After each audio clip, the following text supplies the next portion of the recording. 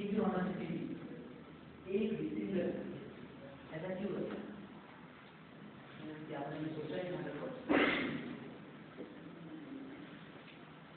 Next reward discuss करना है use तो आप कोर्स या सारे रिवॉर्ड अपने वेबसाइट पर आगे बता दीजिएगा, ठीक है? आप प्रेजेंटेशन कर दीजिए।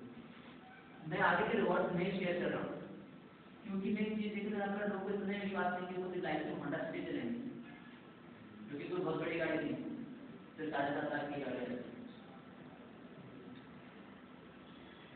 इतनी ज़्यादा समझ लेना चाहिए। अगर हम लोग कर सकते हैं तो आपसे हमारा तो एक हाथ को एक पहन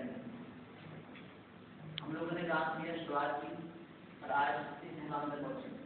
हर एक चीज़ जो आपको कितने लोगों से जुड़े बोल पा रहे हैं इस वजह से कि शायद जो लोग चीज़ हो जब हमारा आया होगा इसकी वजह से आज यहाँ पर खड़े बोल पाए। तो ज़्यादा टाइम ना रहते उन लोगों को बुलाना चाहूँगा जिन लोगों को यही पहले से